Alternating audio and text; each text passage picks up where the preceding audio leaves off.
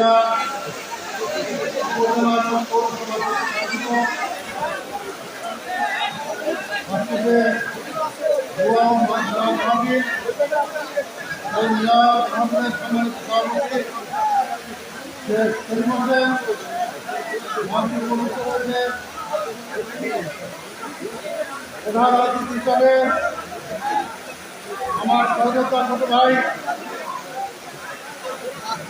সাবেক উপজেলা চেয়ারম্যান নড়াইল জেলা বিএনপির সাধারণ সম্পাদক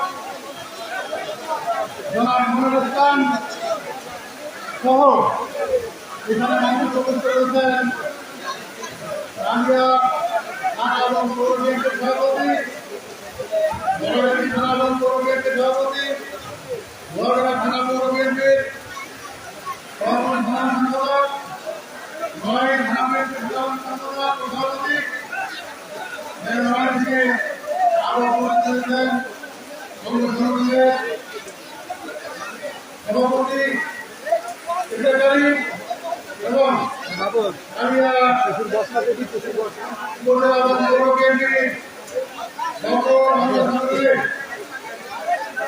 সম্মানিত ব্যক্তিবৃন্দ এবং আমার সামনে পবিত্র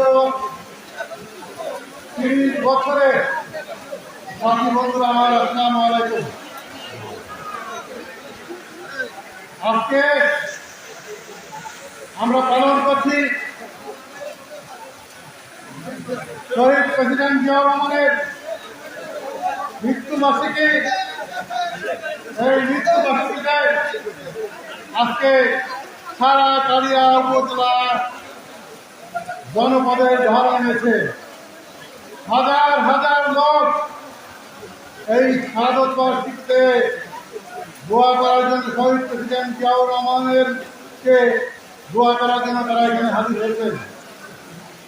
শহীদ প্রেসিডেন্ট 1988 সালে 30শে মে চিটাগাং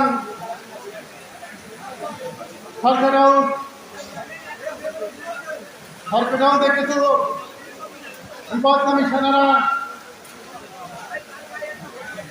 অতর্কিতভাবে হামলা চালিয়ে জিয়াউর রহমানকে শহীদ করেছিলেন। এই শহীদ প্রেসিডেন্ট জিয়াউর রহমান 1978 সালে আমাদের বিএনপি প্রতিষ্ঠা করেছিল। দীর্ঘ 4 বছর তিনি রাষ্ট্রীয় ক্ষমতায় ছিলেন। তিনি রাষ্ট্র ক্ষমতায় থেকে বাংলাদেশকে বিশ্বের মানচিত্রে পরিচিত করেছিলেন। 4 বছর রাষ্ট্রীয় ক্ষমতায় থাকাকালীন আপনারা দেখেছেন তিনি বহুদলীয় গণতন্ত্রের ব্যবস্থা করেছিলেন। শেখ মুজিব যখন এই দেশে বাকশাল কায়েম করতে চেয়েছিল, এক নেতার এক দেশ, সেটা হলো শেখ মুজিবের বাংলাদেশ করতে চেয়েছিল, কিন্তু জিয়াউর রহমান সেটাকে বাধা দিয়ে বহুদলীয় গণতন্ত্র এই দেশে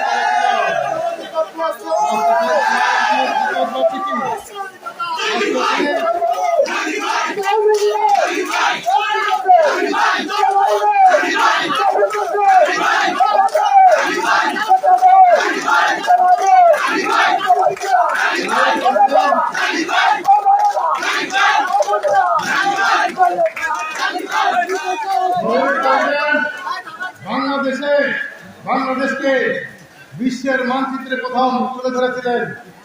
বাংলাদেশকে মানুষ আগে চিনত না। শহীদ প্রেসিডেন্ট জিয়াউর রহমান কিন্তু বাংলাদেশকে বিশ্বের দিকে পরিচিত করেছিলেন। তার যে সমস্ত কর্মসূচি ছিল আজকে আপনারা দেখেছেন, যে খাল খনন কর্মসূচি, আজকে খাল খনন কর্মসূচি করেছিল বলে বাংলাদেশের মানুষ আজকে খেয়ে বাঁচতে পেরেছে। এই খাল কর্মসূচি খনন করার জন্য কি হয়েছে, মানুষ আজকে ইলিশ চাষ করতে পেরেছে। ইলিশ চাষ করার ফলেই বাংলাদেশের মানুষ কিন্তু আজকে সুখে আছে, ধরে কিন্তু না খেয়ে মরতে হতো। জিয়াউর রহমানের নাম সমস্ত মুসলিম কান্ট্রিতে রয়েছে। আপনারা জানেন জিয়াউর রহমান ওই আরাফাতের ময়দানে দিন গাছ রোপণ করেছিলেন।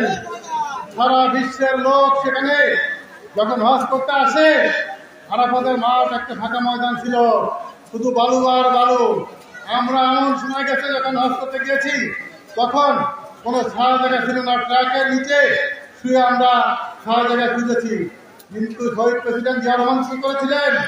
আরাফাতের ময়দানে নিন্দা স্থাপন করেছিলেন। সারা পৃথিবীর লোক এখন সেই আরাফাতের ময়দানে গিয়ে ছাড়া জায়গা অবস্থান করতে পারে। বিশ্বের মানুষের, সারা বিশ্বের মানুষের দোয়া শহীদ প্রেসিডেন্ট জিয়া রহমানের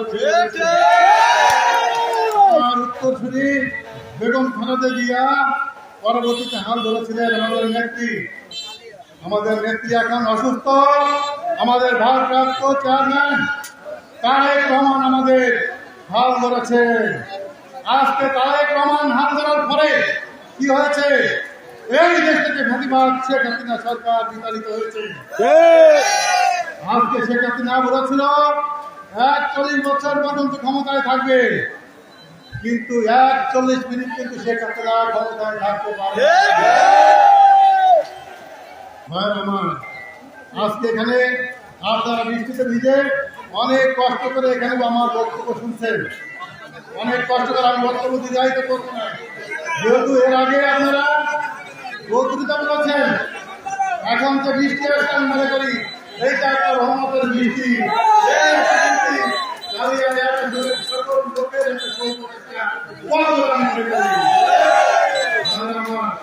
আজকে 30-35 বছর আপনাদের সঙ্গে আছি, 30-32 বছর আপনাদের সঙ্গে আছি।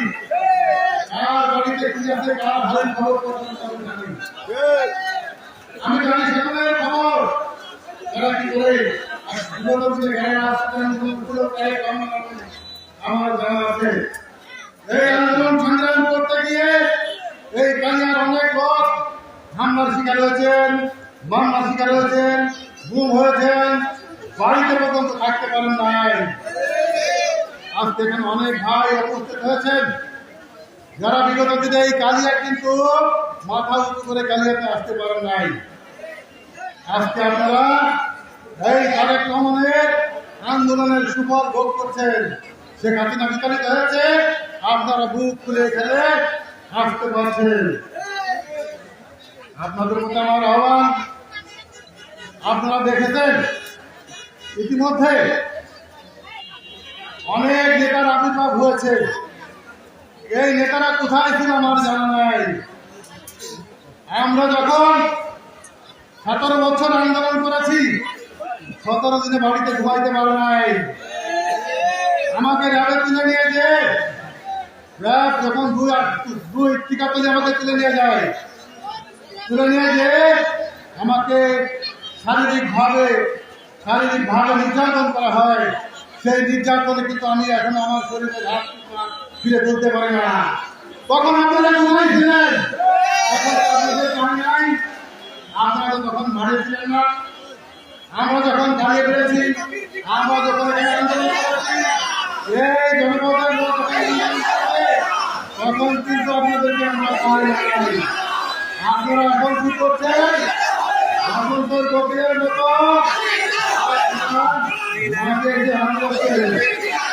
মাঠে এসে হাজির হচ্ছেন, মনোনয়নের জন্য। এই 17 বছরে এখানে উপস্থিত রয়েছে, এদের তো আপনারা কেউ চিনেন না, চিনেন? আপনারা যদি এমপি হন ভবিষ্যতে, আপনারা কি নেতা কর্মীদের উপকার করবেন নাকি আওয়ামী লীগের উপকার করবেন? আগে নেতা কর্মীদের সময় দেন, নেতা কর্মীদের চেনার চেষ্টা করুন, তারপর নির্বাচন আপনারা চিন্তা করুন। আমি একটা কথা বলতে চাই, যদিও আপনারা দীর্ঘদিন 17 বছর আন্দোলন সংগ্রাম করতে আছেন নাই, তারপর আমি বলবো আগামী হয়তো নির্বাচন হবে। আগামীতে এই নির্বাচনে যদি আপনারা প্রার্থী হতে চান, আমার কোনো আপত্তি নেই। আপনাদের জনগণের মাঝে আসতে হবে। আমরা যে সমস্ত জনসভা করব, সেই সমস্ত জনসভা আমরা সকলকে আমন্ত্রণ জানাবো। আপনারা কি করবেন? আপনাদের যদি নির্বাচন করার খায়স থাকে, আমরা যখন এখানে জনসভা করব, আপনাদেরকেও আমন্ত্রণ করব। সেই আমন্ত্রণে আপনারা হাজির হয়ে এই জনসভা আপনারা বক্তব্য দিবেন। তারেক রহমান যাকে মনোনয়ন দেয়, বিএনপি যাকে মনোনয়ন দেয়, আমরা তার পক্ষে কাজ করবো।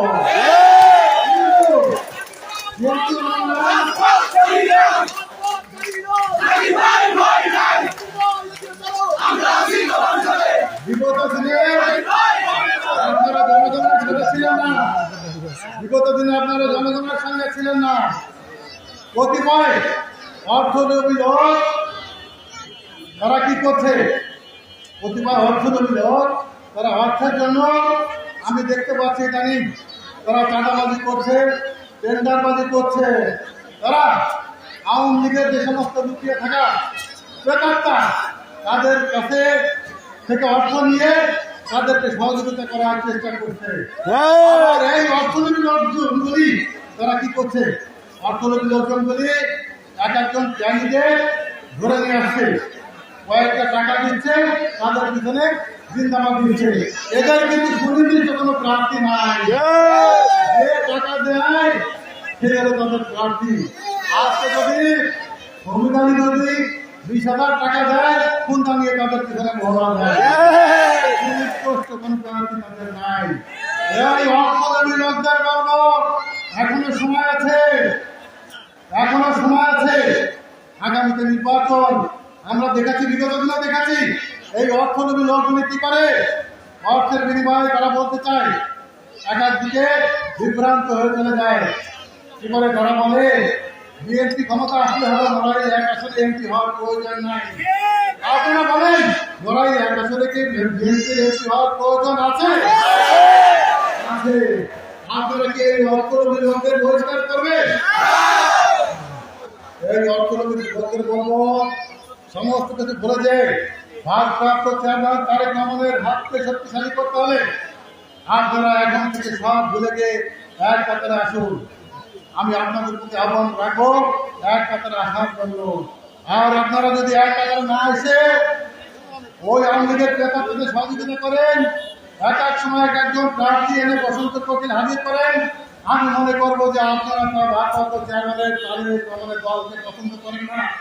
আপনারা আপনাদের ব্যক্তিগত স্বার্থ নিয়ে আপনারা ব্যস্ত থাকেন। এই স্বার্থন্বেষী দলগুলি যারা এই অর্থলোভী লোকদের আমরা বলতে চাই, চাঁদাবাজি বন্ধ করুন। দলের নেতাকর্মী 17 বছর বাড়িতে ঘুমাইতে পারে নাই, তাদের মুখের দিকে তাকিয়ে হলেও দলের কাজ করুন। আওয়ামী লীগের নেতাদের কোনো সহযোগিতা করবেন না, বসন্তের বকিলদের কোনো সহযোগিতা করবেন না। এই বসন্তের বকিলদের আমি কিন্তু বলেছি, আহ্বান করেছি এই মাঠে এসে বক্তব্য দেওয়ার জন্য, জনগণের কাতারে এসে বক্তব্য দেওয়ার জন্য। বক্তব্য যদি আপনারা আহ্বানের পরে ছাড়া দিয়ে না আসেন, তাহলে কিন্তু এই জনগণ, এই কালিয়া একসাথে জনগণ আপনাদের কিন্তু কোন অবস্থাতেই ছাড়বে না। সেই ক্ষেত্রে আপনারা কিন্তু বিশাল দাঁড়িয়ে আমাকে ঘোষণা করতে পারবেন না। কি আপনারা রাজি আছেন? আপনারা বলেন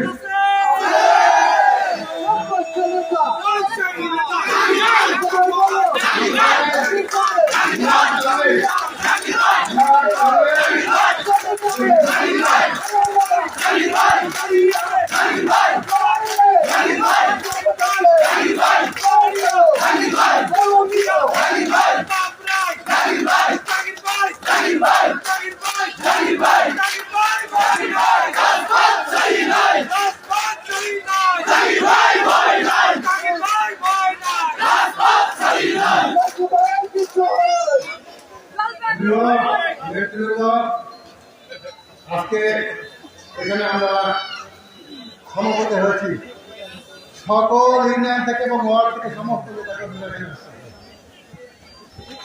কি জন্য? আজকের বিগত দিনে আপনারা অনেক নির্যাতিত হয়েছেন, মামলা হামলার শিকার হয়েছেন। তাই আপনাদের একটা আশা আকাঙ্ক্ষা থেকে হলো আগামী দিনে আপনাদের মনোনীত প্রার্থীকে জয়লাভ করা হয়। সেই জন্য আসছেন না? আমরা বিগত দিনে আমি এবং আমার সাধারণ সম্পাদক মনিরুল ইসলাম আমরা দুইজনে আন্দোলন সংগ্রাম করেছিলাম। এই আন্দোলন সংগ্রাম করতে গিয়ে মনিরুল ইসলাম কিন্তু 3 মাস কারাবরণ করেছে। 3 মাস। আজকে এখানেও যদি ওই লড়াই দুই আসনে তাকে বাদ দিয়ে কেউ মনোনয়ন দেওয়া হয়, আমরা কি মেনে নিতে পারি? আমরা মানতে পারি না। আপনারা বসন্তের প্রতি এই আসবেন শীতের সময় তুলে চলে যাবেন, শীতকাল বার হয়ে গেলে, আর আমাদের এই জনগণের কি অবস্থা হবে সেটা কিন্তু আপনারা চিন্তা করবেন না। তাই আপনাদের প্রতি আহ্বান যে আপনারা ঐক্যবদ্ধ হন, যারা এই অর্থ দেবে লোক এদেরকে বহিষ্কার করুন, মন থেকে ঘৃণা করুন। আজকে আপনারা জানেন আমার বাড়িতে আমার স্ত্রী এবং মেয়ের মৃত্যুর পরে আমরা মিলাদ মাহফিল করতে আসছিলাম। আমাদের তখন কিন্তু মিলাদ মাহফিল করতে দেওয়া হয় নাই। আমাদের বাড়ি থেকে 65 জন আমাদের নেতাদেরকে গ্রেপ্তার করেছিল, মনে আছে আপনাদের? গ্রেপ্তার করেছিল। কিন্তু তখন আপনারা কোথায় ছিলেন ভাই? আপনারা তো জেলখানায় 65 জনের একদিনের খবর নেন নাই, 17 বছরে একটা নেতার কর্মীর খবর নেন নাই। আর এখন এসে নেতা কর্মীদের খবর না নিয়ে কি করছেন? অর্থনীতি লোকদের কয়েকটা পয়সা ধরিয়ে দিয়ে নমিনেশন দিয়ে যাচ্ছে।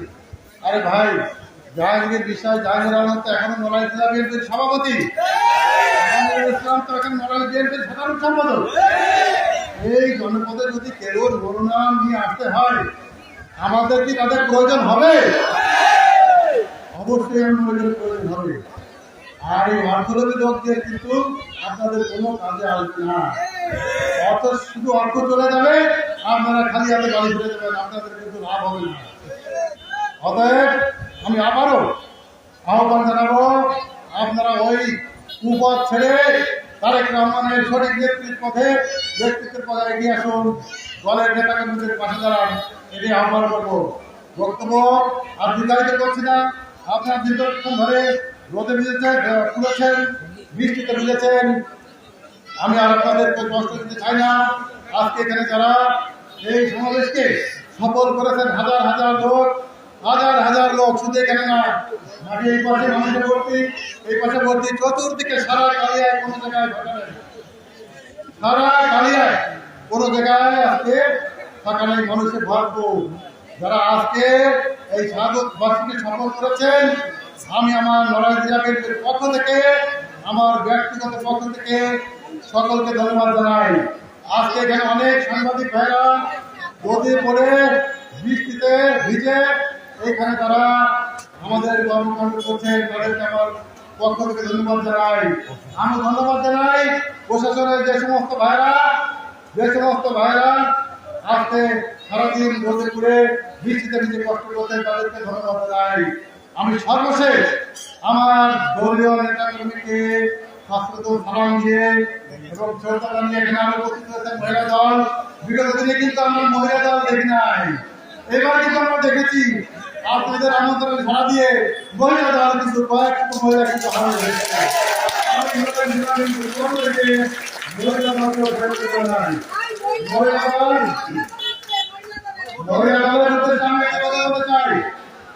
জানেন ইদানিং একটা দল বেহেশতের টিকিট বিক্রি করছে, ওই টিকিটে কিনলে নাকি বেহেশতে চলে যাওয়া যায়। এটাকে আপনারা শুনেছেন মহিলারা? সেই মহিলারা বাড়িতে যে বেহেশতের টিকিট বিক্রি করে যাতে মহিলারা দিতে যায়। আমরা বেহেশতের টিকিট বিক্রি করবো না, আমরা নবজনকে ভালোবাসা দিতে চাই। তাই মহিলা দলের প্রতি আহ্বান, আপনারা সম্মিলিত হন, প্রত্যেকটা ইউনিয়নে, প্রত্যেকটা গ্রামে, প্রত্যেকটা পাড়ায় গিয়ে আপনারা মহিলাদের উদ্বুদ্ধ করুন, নইলে কিন্তু আপনাদের মহিলা ভোট কমে যাবে। আমি জানি নড়াইল আসনে পুরুষ থেকে মহিলা ভোট 7,000 ভোট বেশি, অতএব মহিলাদের কিন্তু গুরুত্ব কম নয়, অনেক বেশি। তাই মহিলাদের প্রতি আমার আহ্বান, আপনারা সংশ্লিষ্ট হয়ে গ্রুপ করে বিভিন্ন বাড়িতে চলে যান, তাহলে আপনারা মহিলা ভোট আদায় করতে পারবেন এবং আগামী দিনে আপনাদের যে আশা ভরসা সেটা পূর্ণ হবে। আপনাদের প্রতি আজকে আমার অত্যন্ত ভালোবাসা এবং সকলের প্রতি শ্রদ্ধা ও সালাম জানিয়ে আজকের মতো আমি আমার এখানে বক্তব্য শেষ করছি। বাংলাদেশ